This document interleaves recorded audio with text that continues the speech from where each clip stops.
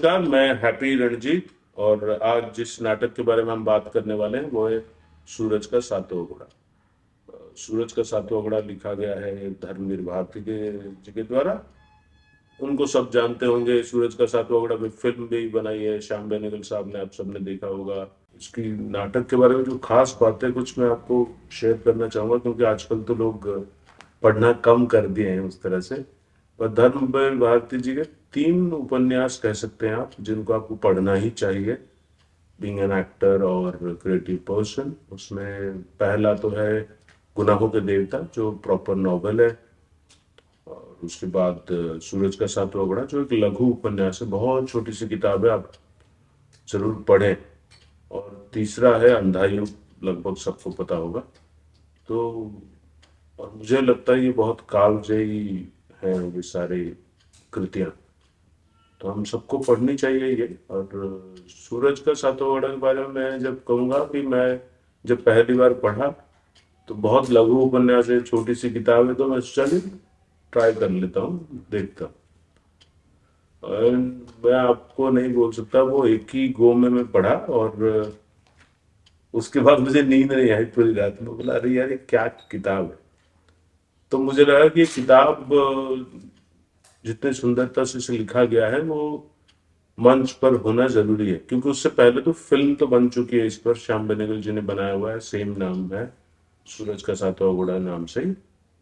तो जब उसका मैंने ड्रामेटाइजेशन किया या नाट्य रूपांतरण किया, जो सबसे बड़ा चैलेंज हमारे लिए था, क्योंकि नॉवल की खूबसूरती जो है इस नॉवल की, उसका स्ट्रक्चर नॉन लिनियर स्ट्रक्चर है। तो एक कहानी होते हुए भी उसका कौन सा पार्ट पहले सुनाया जाता है और कौन सा पार्ट बाद में आता है, वो सबसे इंटरेस्टिंग पार्ट है।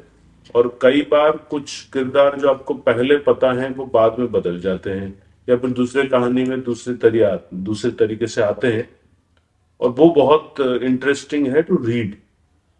और स्पेशली मैं एक कैरेक्टर के बारे में तो अगर आपको बोलूं इसी नॉन लिनियर स्ट्रक्चर के बारे में, लिली एक कैरेक्टर है। जैसे आपको पहले कहानी में पता है कि लिली उस किसी की प्रेमिका है, सॉर्ट ऑफ थिंग, और सेकंड कहानी आप जब तक पढ़ेंगे मतलब उसमें छोटी छोटी कहानियां, तो जब तक सेकंड कहानी में आप पहुंचते हो सडनली आपको पता चलता है वो किसी और की बीवी है जिसका नाम लीला है।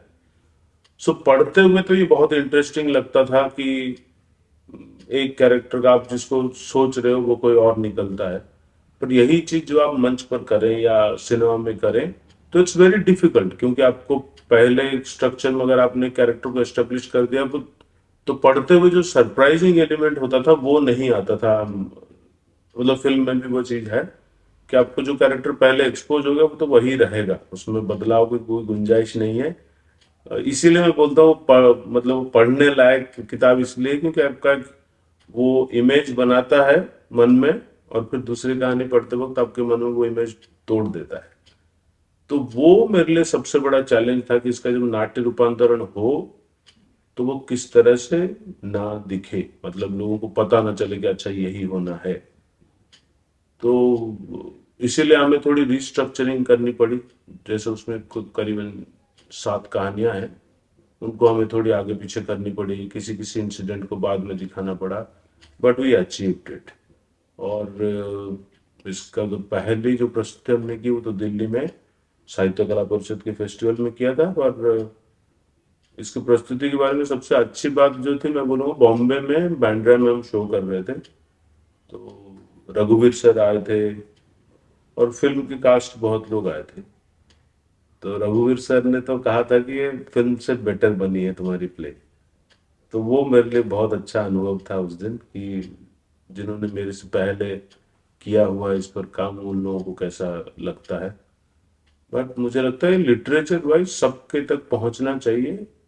नाटक मौका मिले तो जरूर देखिए, मौका ना मिले तो पढ़िए, क्योंकि वो तो हो ही सकता है।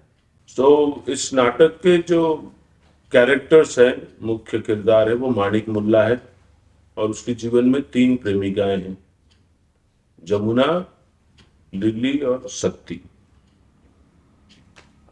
ये 3 तो स्ट्रेट अवे कहानियां हैं। इसके अलावा जो और 2 चरित्र आपको जाननी चाहिए जिनके बारे में, वो है महेश्वर दलाल और उसका बेटा तन्ना।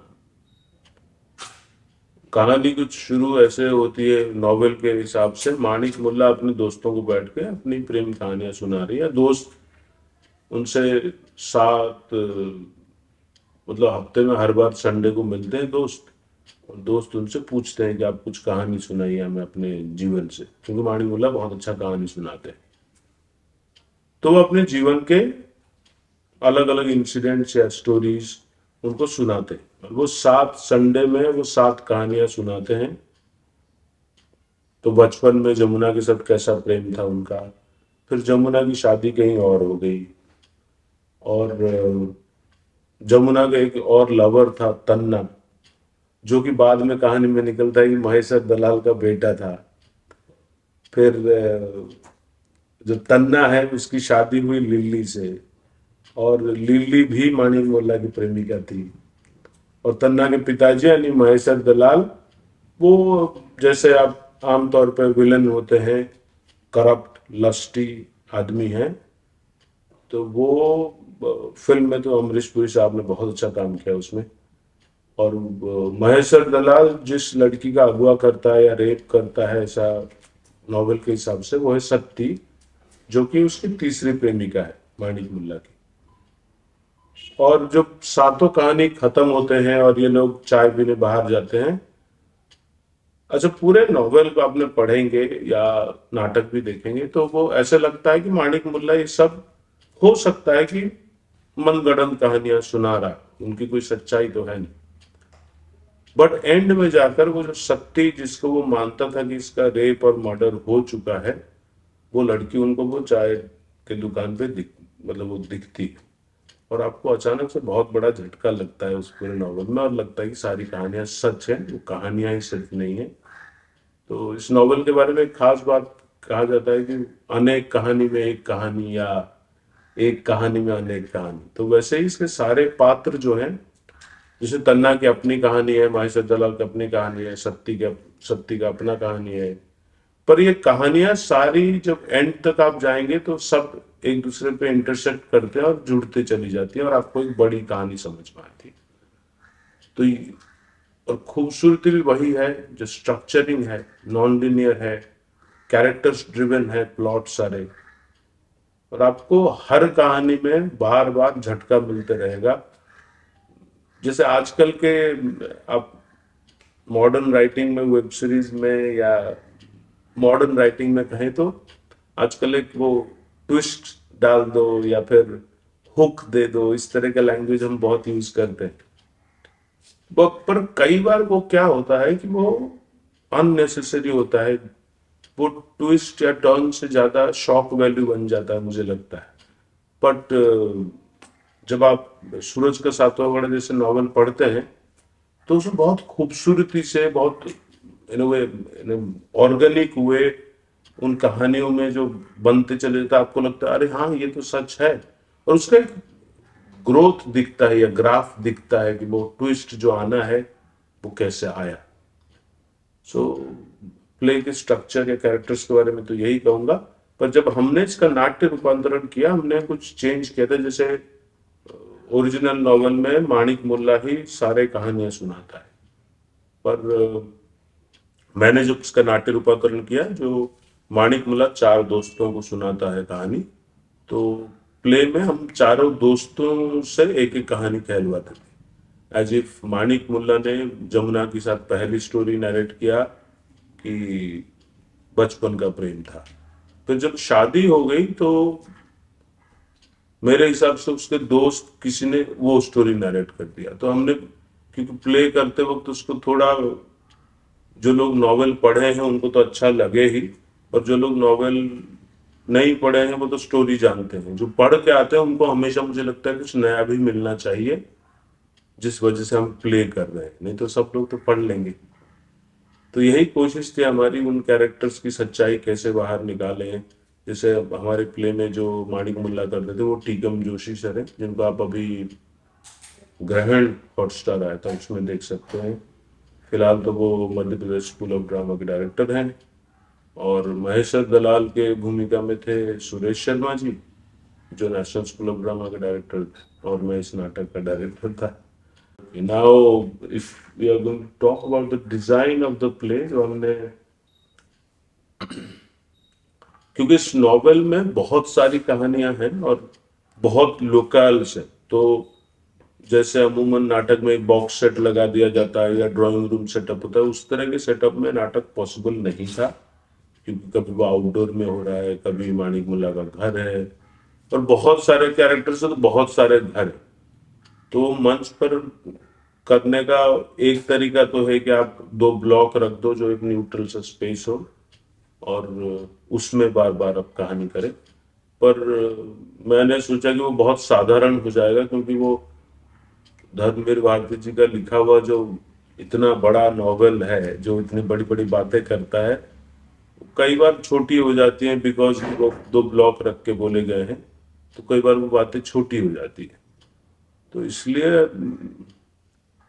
मैंने एक बहुत बड़ा, जैसे लैंडस्केप में आप अब दो पहाड़ देखेंगे, पहाड़ या वैली देखेंगे, इसका डिजाइन भी कुछ कुछ वैसे था, कि दो चोटी हैं पहाड़ के और एक वैली है। और वो आइडिया मेरे मन में यूं आया कि एक तो वो कैनवस बड़ा दिखे, दूसरा हमारे जीवन को अगर हम देखेंगे तो उसमें बहुत उतार चढ़ाव होते रहता है, जो माणिक मुल्ला के जीवन में भी होता है, सभी किरदारों के जीवन में होता है, जमुना के, लिली या सत्ती के। They achieve certain peak and then they fall. So उसको कैरी करने के लिए मैंने वो पहाड़ का स्ट्रक्चर एक पीछे क्रिएट किया, जिसमें डिफरेंट लेवल्स थे, और उन्हीं लेवल्स के साथ प्ले करके हमने फिर वो प्ले का सेट डिजाइन किया।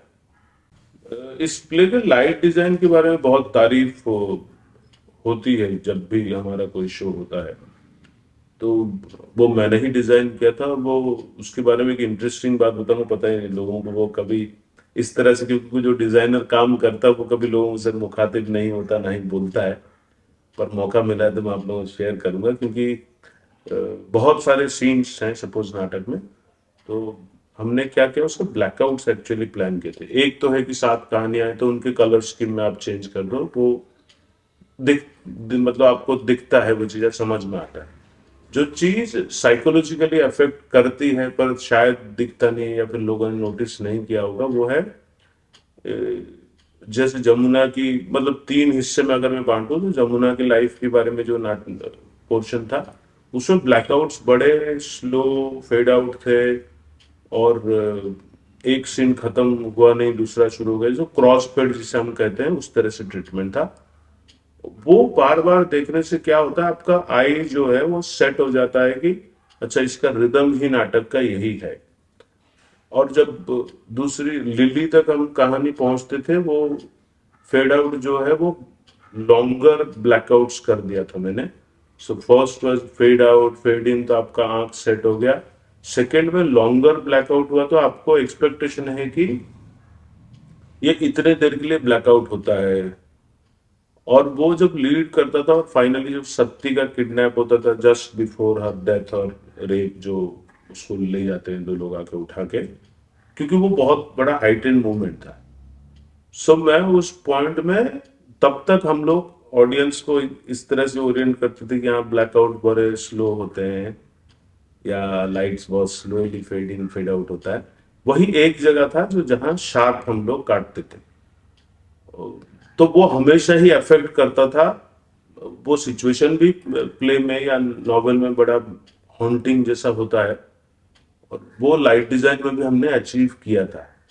और जब it's not just a sharp blackout, it's also a lot of red light on the audience, as if हम सब जिम्मेदार हैं किसी लड़की के साथ जब कुछ ऐसा होता है, या सोसाइटी जिम्मेदार होती है। तो वो बहुत इंटरेस्टिंग था। That's it about the light design. Thank you.